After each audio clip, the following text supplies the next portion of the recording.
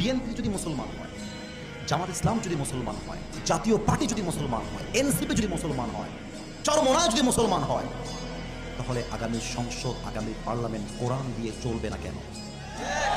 আমাদের দাবি জামাত ইসলাম হিসেবে নয়, আমি কোন পলিটিক্যাল পার্টির সাথে I am not connected with any political party in Bangladesh. I am just talking about on this matter as a citizen of Bangladesh. আমি নাগরিক হিসেবে বলছি, আমাদের প্রাণের দাবি আগামীর পার্লামেন্টে প্রত্যেকটা আইন পাস হতে হবে আল্লাহর এই কোরআন দিয়ে। বগুড়ার ভাইরা আমার,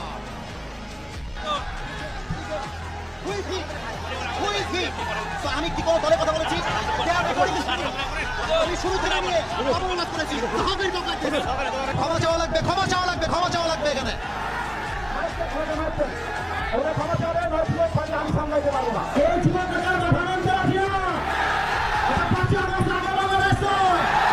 কেউ যদি কথা দেয়, আমার বাংলার যুবক ভাইরা ওদের বাবার নাম ভুলা দিবে।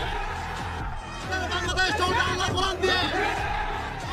মুসলমানের দেশ এইটা, আগস্টের পর দেশটা স্বাধীন করেছি। এটা নাকি বিএনপির লোক? যদি কোনো বিএনপির লোক বলে আল্লাহ কোরআন দিয়ে দেশ চলবে না, এমন নেতা চাই যার কোরআন দিয়ে দেশ চলবে। এমন নেতা চাই যে তুমি আদর্শ মানতে চাও। এরপর থেকে লাস্ট কথা, লাস্ট কথা শোনো, বগুড়া বলে কথা নয়, যেখানে যেই নেতা কথা দিবে জুতা আপনাদের